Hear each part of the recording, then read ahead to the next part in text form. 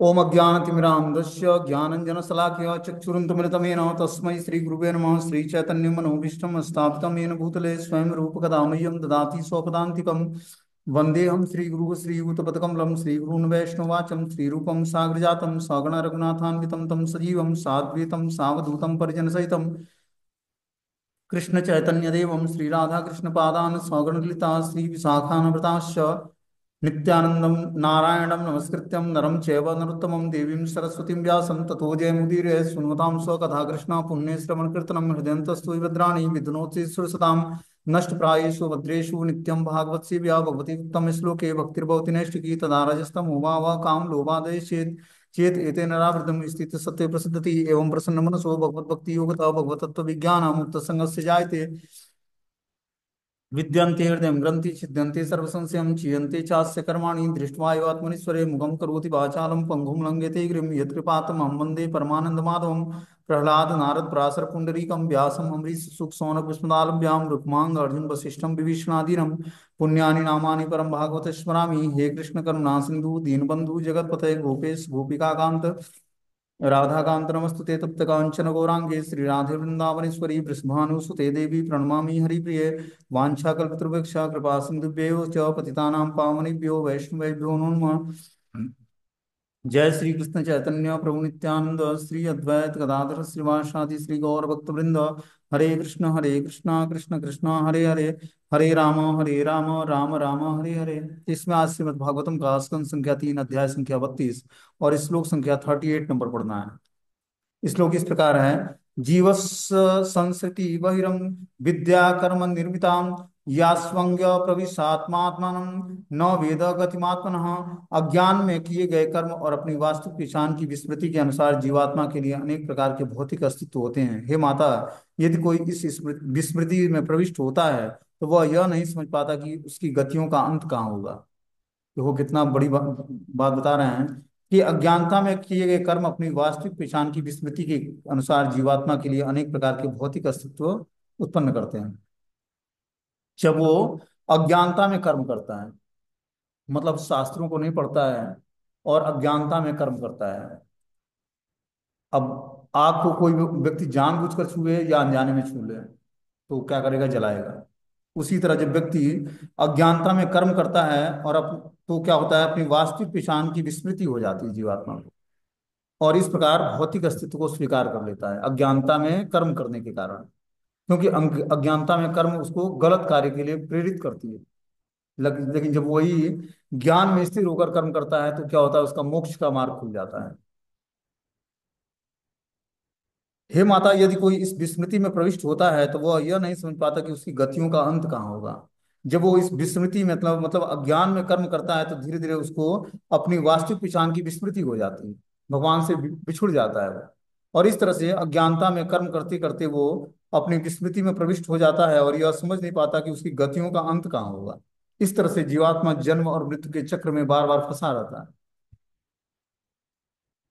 ठीक है ना? बता रहे हैं एक बार जब कोई इस भवसागर में प्रविष्ट कर जाता है तो उसमें से निकल पाना उसके लिए बहुत ही कठिन है। एक बार जब जीवात्मा इस भौतिक संसार में फंस जाता है कर्मों के कारण तो उसको इस भवसागर से निकल पाना बड़ा मुश्किल हो जाता है उसके लिए। अतः भगवान स्वयं आते हैं या कि अपने प्रमाणिक प्रतिनिधि को भेजते हैं और भगवत गीता और श्रीमद् भागवतम जैसे शास्त्र पीछे छोड़ते जाते हैं जिससे अज्ञान के अंधकार में भटकते जीव इस उपदेश साधु पुरुषों और गुरुओं का लाभ उठा सकें और इस तरह से मुक्त हो सकें। जब तक जीव को साधु पुरुषों गुरु या कृष्ण की कृपा प्राप्त नहीं होती है तब तक इस संसार के अंधकार से निकल पाना संभव नहीं होता है।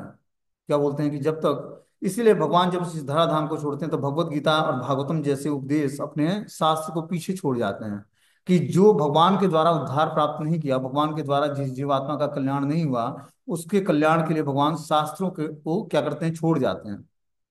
और जब वो शास्त्रों को पढ़ता है तो धीरे धीरे अज्ञान के अंधकार से ऊपर उठता है और उस उपदेशों को और साधु पुरुषों और गुरुओं का लाभ उठाकर धीरे धीरे मुक्त पुरुष बनता है। जब तक जीव को साधु पुरुषों गुरु या कृष्ण की कृपा प्राप्त नहीं होती है तब तक इस संसार के अंधकार से निकल पाना संभव नहीं हो पाता है। जब तक वो प्रॉपर गुरु के निर्देश में और साधु पुरुषों के निर्देश में और शास्त्रों के निर्देश में कार्य नहीं करता है तब तक वो संसार के अंधकार से ऊपर नहीं उठ पाएगा। अकेले अपने प्रयास से यह सर्वथा असंभव है। अपने प्रयास से व्यक्ति जो है इस अज्ञान के अंधकार से ऊपर नहीं उठ सकता है। हमें क्या करना पड़ेगा? गुरु साधु और शास्त्र की शरण ग्रहण करनी पड़ेगी, तभी हम अज्ञान रूपी संसार से ऊपर उठ पाएंगे। बोलते हैं नेतस्त्वा खलयाव पद दिशे नेत्य खलोप दिशे ना विनीताय कहर्चितम न अस्तब्धाय न भिन्नाय नेवम धर्म ध्वजाय च। भगवान कपिल देव ने आगे कहा कि यह उपदेश उन लोगों के लिए नहीं है जो ईर्ष्यालु हैं, अविनीत हैं या दुराचारी हैं। न ही यह उपदेश दंभियों या उन व्यक्तियों के लिए है जिन्हें अपने भौतिक संपदा का गर्व है। तो ये जो ज्ञान दे रहे हैं भगवान, बता रहे हैं कि ये उपदेश जो हमारे द्वारा दिया जा रहा है माता देवहूति को, ये उपदेश उन लोगों के लिए नहीं है जो ईर्ष्यालु व्यक्ति हैं या अविनीत हैं, जिनके अंदर विनम्रता नहीं है, या जो दुराचारी हैं, वो इसको पालन नहीं कर सकते हैं। न ही यह उपदेश दंभियों या उन व्यक्तियों के लिए है जिन्हें अपने भौतिक संपदा का गर्व है। जिसके पास भौतिक संपदा है और गर्वित है, उसको ये भगवत गीता या भागवतम का ज्ञान उसके लिए नहीं है। ये ज्ञान उसके लिए है जो विनम्र है, सहिष्णु है, वो इस ज्ञान को धारण करने की योग्यता हासिल कर सकता है, और जो भगवान का भक्त है। आगे बता रहा है कि यह उपदेश न तो उन लोगों को दिया जाता है जो अत्यंत लालची हैं या गृहस्थ जीवन के प्रति अत्यधिक आसक्त हैं, न ही अभक्तों को और भक्तों एवं भगवान के भक्तों तथा भगवान के प्रति ईर्ष्या रखने वाले को दिया जाता है। तो ये जो दिव्य ज्ञान है, ये उपदेश उन लोगों को नहीं दिया जा सकता जो लालची हैं, जो धन या भौतिक चीजों के लोभी हैं। न ही जो गृहस्थ जीवन में अत्यधिक आसक्त है उसको ये दिव्य ज्ञान दिया जा सकता है। न ही उनको जो अभक्त लोग हैं उनको दिया जा सकता है। न ही उनको जो भगवान और भगवान के भक्तों के प्रति ईर्ष्या द्वेष रखते हैं उनको भी ये ज्ञान प्रदान नहीं किया जा सकता है। इस ज्ञान को धारण करने के लिए व्यक्ति को पहले भगवान का भक्त होना चाहिए, ईर्ष्या द्वेष लाभ हानि से मुक्त होना चाहिए और मोहग्रस्त नहीं होना चाहिए। तभी उस ज्ञान को धारण करने की उसके अंदर योग्यता आएगी। बोलते हैं कि जो लोग सदैव अन्य जीवों को हानि पहुंचाने की योजना बनाते रहते हैं, वे कृष्ण भावनामृत में समझने के अधिकारी नहीं हैं। वे भगवान की दिव्य प्रेम भक्ति के प्रक्षेप में प्रविष्ट नहीं हो सकते। साथ ही कुछ ऐसे स्वार्थी तथाकथित शिष्य होते हैं जो अत्यंत दिखावटी रूप से किसी और आशा से गुरु के प्रति विनीत बने रहते हैं। वे भी नहीं जान पाते कि कृष्ण भावनामृत अर्थात भक्ति योग क्या है। तो देखो, गुरु को धारण करने की योग्यता ये होनी चाहिए कि उनसे हमें आध्यात्मिक चीजों को सीखना है, न कि कुछ भौतिक लाभ के लिए गुरु बनाने हैं। जैसे बहुत सारे लोग जो हैं भौतिक लाभ के गुरु जी को आशीर्वाद देते, हमारी प्रगति प्रगति होने लगे, बिजनेस व्यापार बढ़ने लगे, धन आने लगे, उनकी रुचि भक्ति में नहीं होती है। वो इसी कारण से गुरु बनाते हैं कि गुरु से आशीर्वाद मिलता रहे और हमारा धन दौलत घर गृहस्थी चलता रहे। गुरु जी को भी कुछ हम दक्षिणा देते रहें, गुरु जी भी प्रसन्न रहें और हम भी प्रसन्न रहें। जन्म मृत्यु के चक्र से छुटकारा प्राप्त करके भगवत प्राप्ति तो किसी का बहुत ही रेयर व्यक्ति का उद्देश्य होता है। ऐसा उद्देश्य तो किसी का होता ही नहीं पहले तो। उसका मात्र एक ही उद्देश्य होता है कि अच्छे तरीके से इंद्रिय तृप्ति कैसे हो। और वैसे ही गुरु भी होते हैं कि गुरु जी भी सोचते हैं कि दक्षिणा देता रहे शिष्य हमारा, और गुरु शिष्य का रिलेशनशिप बना रहे, और इस तरह से पूरा जीवन वो गुरु शिष्य आपस में प्रेम करके निकाले, वो दक्षिणा देता रहे और इनका जीवन यापन चलता रहे। इसी उद्देश्य से गुरु शिष्य एक दूसरे के साथ जुड़े होते हैं। यहाँ बता रहे हैं कि जो लोग सदैव अन्य जीवों की हानि पहुंचाने की योजना बनाते हैं, वे कृष्ण भावनामृत के को समझने की अधिकारी नहीं। वे भगवान के दिव्य प्रेम भक्ति के प्रक्षेप में प्रविष्ट नहीं हो सकते हैं। साथ ही कुछ ऐसे स्वार्थी तथाकथित शिष्य होते हैं जो अत्यंत दिखावटी रूप से किसी और आशा से गुरु के प्रति विनीत बने रहते हैं। कि कुछ लोग ऐसे होते हैं जो किसी दूसरे आशा से गुरु के प्रति विनीत बने रहते हैं। वे भी नहीं जान पाते कि कृष्ण भावनामृत या भक्ति योग क्या है।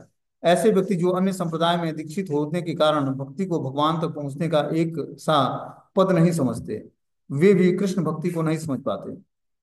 हमारा अनुभव है कि कुछ अध्येता हमारे पास तो आते हैं, किंतु किसी विशेष प्रकार का मताग्रह होने के कारण वे हमारे साथ छोड़कर वीराने में खो जाते हैं। बता रहे हैं कि कुछ लोग ऐसे भी आते हैं जिनका उद्देश्य कुछ अलग होता है, भक्ति से कोई लेना देना नहीं होता है। वो आते तो हैं मेरे पास, लेकिन वो कुछ दिनों तक रहते भी हैं, लेकिन जब उनका स्वार्थ पूर्ण नहीं होता है तो फिर वो छोड़कर चले जाते हैं। तो ऐसे भावना से हमें गुरु को स्वीकार नहीं करना चाहिए।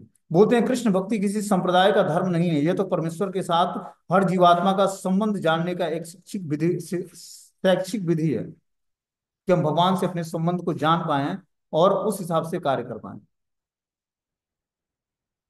आगे इसमें बताएंगे श्रद्धानाय भक्ताय विनीतायान सूयवे भूतेषु कृत मैत्राय शुश्रूषाभिरताय च। ऐसे श्रद्धालु भक्त को उपदेश दिया जाए जो गुरु के प्रति सम्मान पूर्वक द्वेष न करने वाला, समस्त जीवों के प्रति मैत्री भाव रखने वाला और श्रद्धा तथा निष्ठा पूर्वक सेवा करने के लिए उत्सुक है। ये दिव्य ज्ञान उसी को प्रदान करना चाहिए जिसकी गुरु में के प्रति सम्मान पूर्ण और द्वेष न करने वाला हो और उसकी श्रद्धा हो गुरु में। श्रद्धालु भक्त को उपदेश दिया जाना चाहिए जो गुरु के प्रति सम्मान पूर्वक द्वेष न करने वाला हो, समस्त जीवों के प्रति मैत्री भाव रखने वाला हो और श्रद्धा और निष्ठा पूर्वक सेवा करने के लिए उत्सुक रहे। उसी को ये दिव्य ज्ञान प्रदान करना चाहिए। ये ट्रांसडेंटल नॉलेज जो है, दिव्य ज्ञान जो है, उसी को धारण करने की योग्यता आएगी जो गुरु के प्रति श्रद्धा रखता है, गुरु के प्रति सम्मानपूर्ण व्यवहार रखता है, द्वेष नहीं करता है और समस्त जीवों के प्रति मैत्री भाव रखता है और श्रद्धा और निष्ठा पूर्वक वो सेवा करने के लिए उत्सुक रहता है। उसके अंदर ये ज्ञान धीरे धीरे प्रकट होगा।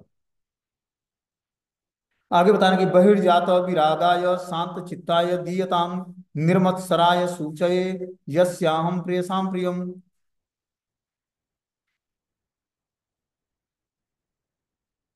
बोलते हैं गुरु द्वारा यह उपदेश, एक मिनट,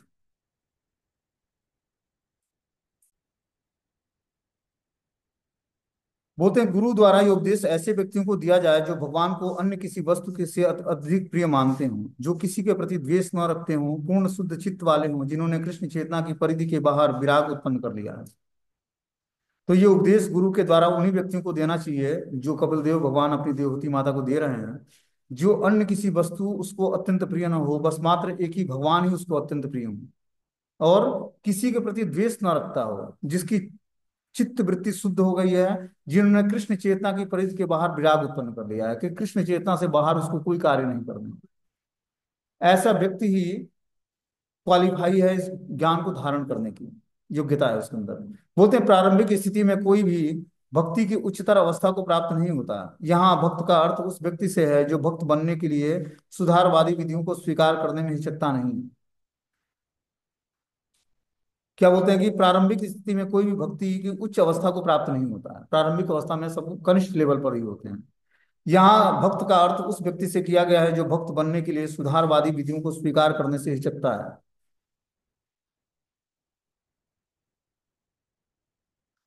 तो यहाँ पर वो बताया गया कि जो भक्त बनने के लिए सुधारवादी विधियों को स्वीकार करने से हिचकता है, जो प्रतिकूल से वर्जनम है, ठीक है ना, जो भक्ति के प्रतिकूल चीजें हैं, जो उसका वर्जन नहीं करना चाहता है, उसको ये ज्ञान प्रदान नहीं करना है। भगवत भक्त बनने के लिए मनुष्य को गुरु बनाना पड़ता है और उससे भक्ति विषयक प्रगति के विषय में जिज्ञासा करनी होती है। भक्ति में प्रगति करने के 64 भक्ति कार्य हैं, जिनमें से कुछ है भक्त की सेवा, जप विधि के अनुसार पवित्र नाम का जप करना, विग्रह पूजा करना, श्रीमद् भागवतम और भगवत गीता को सिद्ध पुरुषों से सुनना और ऐसे पवित्र स्थान में रहना जहाँ भक्ति में विघ्न न पड़े। जो इन 5 प्रमुख कार्यों को करता है वो भक्त कहलाता है। तो महाप्रभु चैतन्य देव ने भक्ति के 64 अंगों का वर्णन किया, उसमें से 5 बहुत ही इंपॉर्टेंट, रूप गोस्वामी ने वर्णन किया इसका। जो महाप्रभु के शिष्य थे उन्होंने भक्ति के 64 अंगों का वर्णन किया, उसमें से 5 अंग बहुत ही महत्वपूर्ण बताया। क्या करना? पवित्र भक्त की सेवा करना, पवित्र नाम का जप करना, विग्रहों की सेवा करना, श्रीमद् भागवतम और भगवत गीता को सिद्ध पुरुषों से सुनना और पवित्र स्थान में वास करना। ये कार्य करके व्यक्ति जो है भक्त बन सकता है। मनुष्य को चाहिए कि वो गुरु से यथेष्ट सम्मान करे, उसे अपने गुरु भाइयों के प्रति द्वेष नहीं रखना चाहिए। अभी तो यदि वह अधिक प्रबुद्ध या कृष्ण भक्ति में बढ़ा चढ़ा है तो उसे गुरु तुल्य मानना चाहिए। ऐसे गुरु भाइयों को कृष्ण भावनामृत में उन्नति करके करते देखकर प्रसन्न होना चाहिए। भक्त को चाहिए कि सामान्य जनता को कृष्ण भक्ति का उपदेश देने में अत्यंत दयालु बने, क्योंकि माया के पास से निकलने का एकमात्र साधन समाधान यही है। तो हमें क्या करना पड़ेगा? मनुष्य को चाहिए कि गुरु का यथेष्ट सम्मान करे, गुरु की योग्यता के अनुसार उसको सम्मान प्रदान करे और आपस में गुरु भाइयों में आपस में द्वेष नहीं होना चाहिए। जो गुरु भाई अपने से अधिक प्रबुद्ध है, कृष्ण भक्ति में बढ़ा चढ़ा है, उसको गुरु तुल्य ही मानना चाहिए और उनको कृष्ण भावनामृत में उन्नति करते देखकर प्रसन्न होना चाहिए। भक्त को चाहिए कि सामान्य जनता को कृष्ण भक्ति का उपदेश देने में अत्यंत दयालु बने और माया के पास से निकलने का एकमात्र साधन यही है। और जो माया से हम छूटना चाहते हैं तो क्या करना पड़ेगा?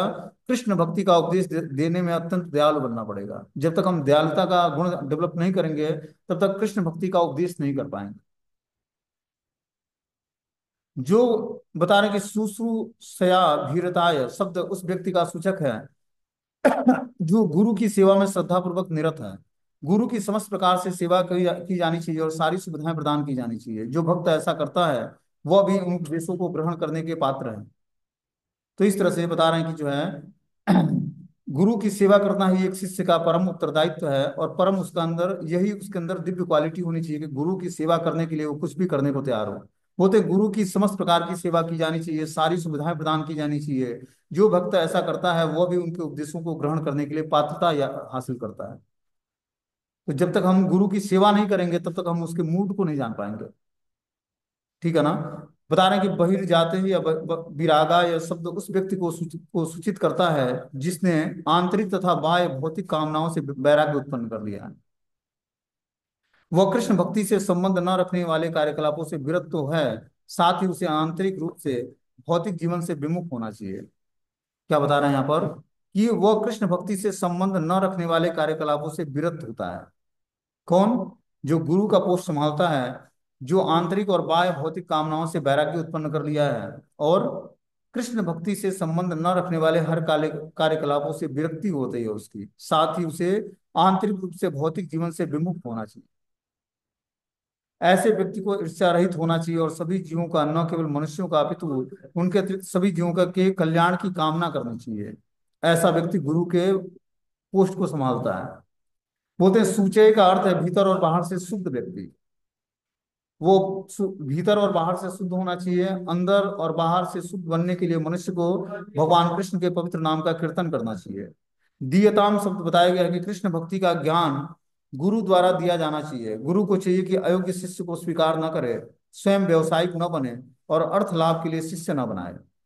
ये गुरु का क्वालिफिकेशन बता रहे हैं कि गुरु के अंदर ये क्वालिफिकेशन होना चाहिए कि वो अयोग्य शिष्य स्वीकार न करे, व्यवसायिक न बने मतलब व्यापार न करे, और अर्थ लाभ के लिए शिष्य न बनाए। प्रमाणिक गुरु को चाहिए कि वह उस व्यक्ति को प्रमाणिक गुरु को देखे जिसे वह दीक्षित करने जा रहा है, कि शिष्य के अंदर प्रमाणिकता देखे, अयोग्य व्यक्ति को दीक्षा ना दे। गुरु अपने शिष्य को इस तरह प्रशिक्षित करे कि भविष्य में उसके जीवन का उद्देश्य एकमात्र भगवान रहे।